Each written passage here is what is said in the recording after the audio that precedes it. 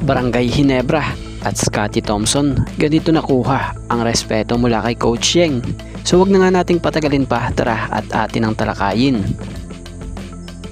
So sa naganap na Game 1 ng semifinals sa laban ng Barangay Ginebra kontra dito sa Reynoy Shine Elasto Painters, nakuha na ng Reynoy Shine ang kanilang unang panalo matapos bigyan ng magandang laban itong Barangay Ginebra San Miguel. So tila sa pagkakapanalo ng Reynoy Shine, isa sa talagang ramdam mo ang saya ay yung kanilang head coach na si Coach Yeng Guiao. Bagamat talo ang Ginebra sa mga bata nitong si Coach Yeng, nagbigay respeto naman itong kilalang mahusay ring coach na si Coach Yeng Guiao. Ayon niya sa isang pahayag niya, credit po. To play a team like Ginebra with a GOAT import, GOAT coach, half of the Gilas team, and the probable best player of the conference in their team. So sino ba naman kami nakaisang tsamba?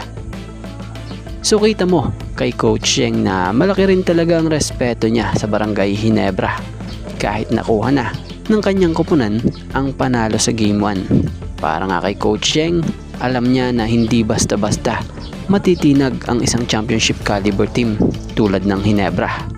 Kaya naman inaasahan na niya ang mas matindi pang laban sa mga susunod na laban. At maiba tayo, bukod dyan, aminin at sa hindi, napabilib pa rin talaga ni Scottie ang maraming fans matapos ang pinakita nitong effort or yung kanyang naging late game heroics dahil sa isang matinding 4 points chase down block na talaga namang nagpasiklab sa dulo. So hindi man nakuha ang panalo para sa Ginebra, nakuha naman ng Ginebra ang respeto mula sa Ross at sa ibang tunay na fans ng Ross.